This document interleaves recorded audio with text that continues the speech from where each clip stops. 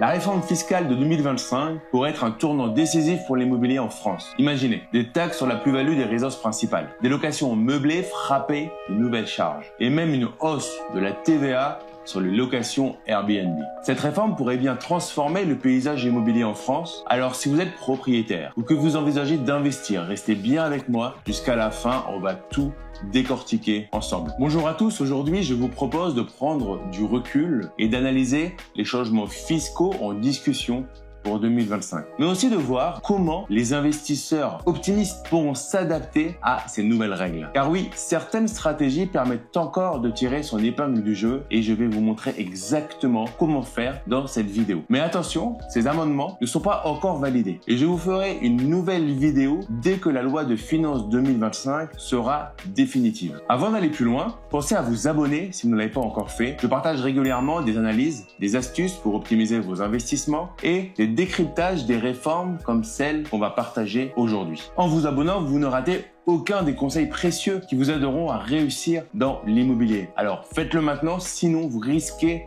d'oublier. Dans cette vidéo, on va voir ensemble les principaux amendements, leur impact potentiel et surtout des astuces pour continuer à investir intelligemment. Et même si certaines dispositions sont encore un débat, on va prendre les devants pour s'adapter, car si elles sont en débat peut-être cette année, il y a de fortes chances qu'elles passent l'année prochaine ou l'année suivante. Alors cette réforme vise à augmenter les recettes de l'État, en particulier dans un contexte où les dépenses publiques, vous l'avez bien vu, sont clairement en hausse. En fait, comme l'immobilier, c'est un secteur qui est souvent perçu comme rentable, ça paraît être un moyen pertinent pour eux de compenser le déficit public. Les propositions de la loi de finances 2025, ils cherchent à limiter certains abus, et ça c'est tout à fait normal, comme la revente fréquente des résidences principales sans imposition. Il y a des petits malins qui font ça de manière trop régulière, donc ça paraît tout à fait pertinent. Mais elles introduisent aussi des changements drastiques pour ceux qui investissent en location meublée classique, voire en location meublée de courte durée saisonnière. Alors je précise encore une fois que tout ceci pourrait évoluer d'ici le vote final. Il y a des choses qui sont déjà très bien avancées, d'autres qui sont un peu moins bien avancées, mais la vérité, la vraie vérité de la fin sera le vote final. On va passer sur l'impact sur les résidences principales. Il est mentionné ici une modification sur la plus-value immobilière. L'un des amendements les plus marquants concerne donc la plus-value sur les résidences principales. Si vous vendez une résidence principale détenue depuis moins de 5 ans, vous pourriez être taxé à hauteur de 36,2%. Cela s'appliquerait cependant uniquement si vous ne réinvestissez pas derrière dans une nouvelle résidence principale. Il va bien évidemment falloir qu'il bloque ça, puisque quelqu'un qui ferait que des résidences principales tous les 6 mois, il va bien falloir arriver à le bloquer. Alors on va prendre un exemple assez simple. Vous achetez un bien, le revendez dans 2 ans sans racheter. Avant, pas de taxe, 0 € sur la plus-value. Après la réforme, vous payez 36,2% sur la plus-value. Une manière de lutter contre ce qu'on appelle le marchand de biens déguisé, qui profite à l'exonération des achats-reventes successifs et qui pour moi est fortement déconseillé. Et le faire de temps en temps, oui, mais le faire quasiment comme du marchand de biens, qui n'est pas quelque chose de pertinent pour vous créer des vrais actifs. Maintenant, cela signifie que les propriétaires souhaitant déménager devront bien planifier leur stratégie, surtout s'ils n'ont pas envie derrière de racheter une résidence principale. La durée d'occupation de 5 ans devient désormais déterminante comme une barrière pour quelqu'un qui était en résidence principale mais souhaite derrière ne plus utiliser l'argent de sa résidence principale pour réinvestir dans une résidence principale. Et encore une fois, restons prudents, il s'agit de propositions qui pourront encore être ajustées avec des alinéas numéro 1, alinéa numéro 2, alinéa numéro 3 qui permettent d'avoir en fait des exceptions qui font qu'on rentrera jamais dans la règle. D'ailleurs, pour aller plus loin dans votre stratégie immobilière, je vous offre gratuitement mon dernier livre en version numérique. Donc c'est un livre aux éditions Maxima. Le livre, il est actuellement à 15 € sur les sites comme la Fnac ou Amazon. Je vous l'offre gratuitement. Le lien se trouve dans la description de la vidéo. Alors les changements pour les loueurs meublés dits non professionnels, ce qu'on appelle LMNP. Le régime des LMNP, il est très populaire pour sa fiscalité plutôt avantageuse et il subit un coup dur, mais qui, en gros, pour moi, pas anormal, c'est une rectification d'une anomalie. Donc à ce niveau-là, à la limite, je veux bien l'entendre. Jusqu'ici, les investisseurs pouvaient amortir la valeur de leurs biens, ce qui leur permettait de déduire cet amortissement des revenus locatifs et donc de réduire fortement leurs impôts. Ce qui est normalement possible quand on est en société, ça s'appelle une dépréciation du bien. Désormais, si cet amendement est voté, cet amortissement devrait être réintégré lors de la revente, ce qui augmenterait la base imposable. Supposons que vous avez acheté un appartement à 100 000 euros et que vous l'avez revendu pour 130 000 euros. Avant, la plus-value imposable était de 30 000 euros. Avec la réforme, si vous avez amorti 30 000 euros du bien, la plus-value imposable devient de 60 000 euros, doublant ainsi l'impôt qui sera dû. Conséquence pour les investisseurs, ces changements pourraient pousser certains investisseurs à conserver leurs biens plus longtemps pour bénéficier des abattements pour durée des détentions et ainsi réduire l'impôt à la revente grâce à ces abattements 22, 25, 30 ans, même s'ils comptent aussi potentiellement rallonger la durée dans les années qui arrivent. Mais en conséquence, cela risquerait de bloquer encore davantage un marché immobilier déjà en crise, limitant ainsi le nombre de transactions. Et n'oublions pas, mes chers députés, moins de transactions signifie moins de frais de notaire. Les frais de notaire, je vous rappelle, qui sont composés à 80% d'impôts et de taxes. Un paradoxe qui pourrait finalement réduire les recettes fiscales de l'État. Félicitations, je crois que vous avez pas forcément vu juste sur ce coup-là. On va passer maintenant aux nouvelles règles pour le Airbnb, donc location courte durée, et la gestion de la TVA. De nouveaux critères de TVA pour les locations courte durée. L'un des amendements adoptés impose de nouvelles règles de TVA pour les locations courte durée, comme Airbnb, c'est le plus connu, mais Airbnb, Booking ou même tout ce qu'on appelle, on va dire, location courte durée, location saisonnière. Désormais, si vous cochez 3 conditions sur 4, donc fournir du linge, faire le ménage, servir le petit déjeuner ou faire un accueil personnalisé, vous serez soumis à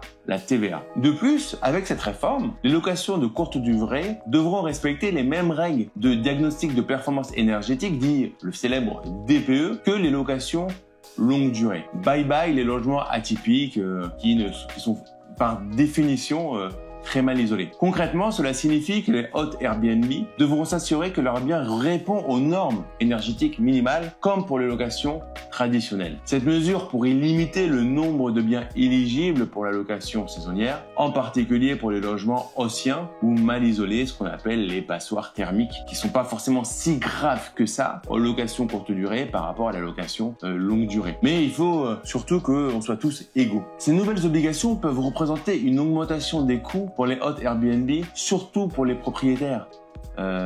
Facturer de la TVA et devoir respecter des DPE quand on est parti sur une stratégie de logement atypique peut être juste une réelle catastrophe. Alors qu'est-ce que cela signifie pour le marché? Pour beaucoup, ces nouvelles charges rendent les locations Airbnb moins rentables. En ajoutant les exigences du DPE, la TVA, certains propriétaires pourraient être découragés ou devoir entreprendre des travaux très importants et du coup ça baissera leur rentabilité. Cela pourrait réduire l'offre de location saisonnière. Alors les hôteliers seront peut-être contents, mais dans les zones très touristiques, au final ça va limiter les options de logement disponibles et augmenter fortement le prix des nuitées dans les hôtels. C'est tout à fait pertinent pour relancer le pouvoir d'achat et la consommation auprès des consommateurs.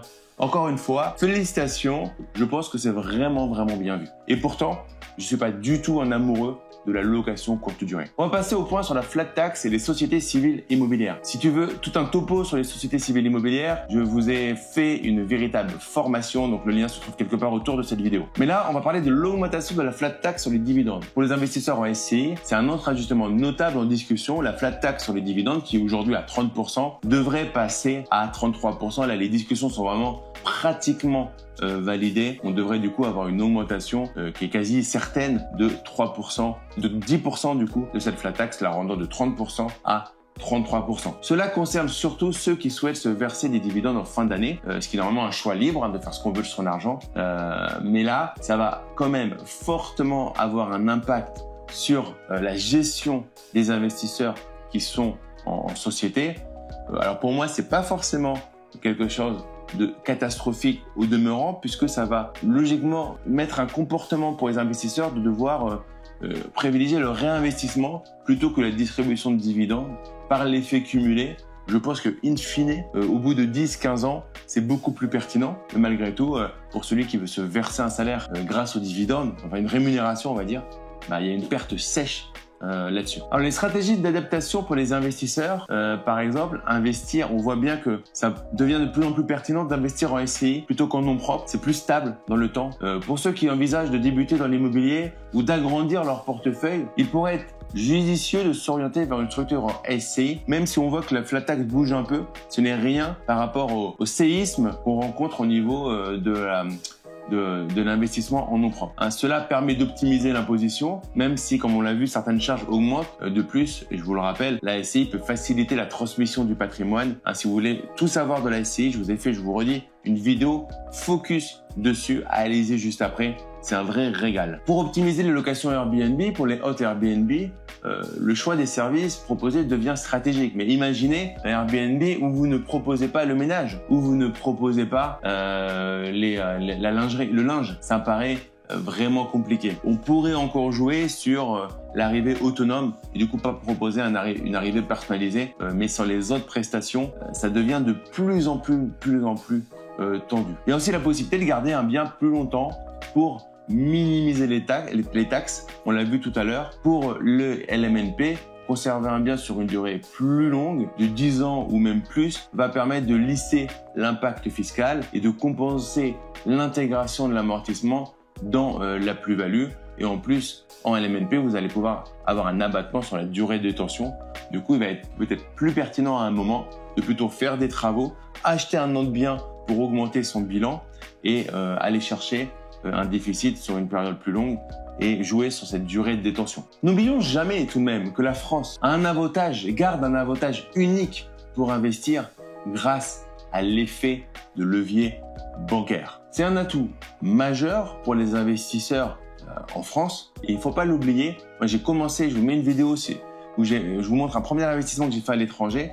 N'oublions jamais qu'en France, on a quand même des gros avantages là-dessus parce que malgré les changements fiscaux, la France conserve un atout incroyable pour ceux qui souhaitent investir dans l'immobilier, l'accès à l'effet de levier bancaire. Comparé à d'autres pays, la France permet encore aux investisseurs d'emprunter avec une relative facilité et des taux historiquement bas et en plus des taux qui sont des taux fixes. Et à la plupart des pays, ce sont sur des taux variables. Cela signifie que même si les réformes fiscales se durcissent, la possibilité d'investir à crédit reste largement accessible. Et je le dis, je le répète, avec les conditions d'emprunt avantageuses.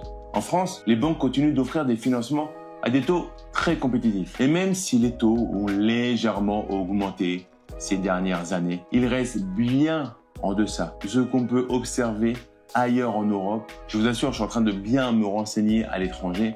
En France, on est encore vraiment très privilégié. En d'autres termes, le coût de l'emprunt demeure abordable, permettant aux investisseurs de réaliser des opérations rentables grâce à ce levier bancaire. Pourquoi investir reste une excellente décision? Car pour les investisseurs, c'est une chance unique de bâtir un patrimoine en utilisant principalement le capital des banques. Et contrairement à d'autres formes d'investissement qui nécessitent des fonds propres élevés, l'immobilier en France permet de tirer parti du système bancaire, du financement bancaire pour générer du revenu et de la valeur sur le long terme en partant d'un capital vraiment très faible.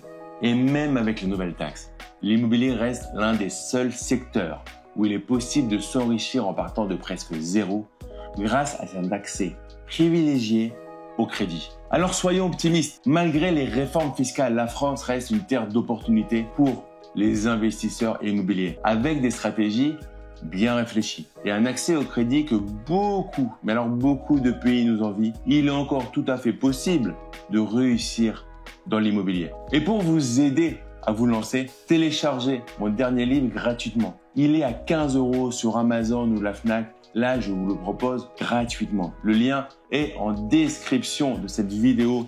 Ne manquez pas cette occasion unique. Voilà un aperçu des réformes fiscales de 2025 qui pourraient bouleverser le marché de l'immobilier. Alors oui, de nouvelles taxes et charges sont un défi, mais avec les bonnes stratégies, il reste des moyens de s'adapter et de continuer à s'enrichir. Alors qu'en pensez-vous? Pensez-vous que l'immobilier est toujours un bon investissement en France? Partagez votre avis dans les commentaires. Je suis curieux de savoir ce que vous pensez. Je répondrai d'ailleurs personnellement à tous vos commentaires et je vous tiendrai informé dès que la loi de finances sera définitivement adoptée pour voir ce qui reste réellement applicable et ce qu'on risque d'avoir dans les années qui arrivent. Abonnez-vous pour ne rien manquer des dernières actualités et des astuces pour rester rentable dans vos investissements immobiliers.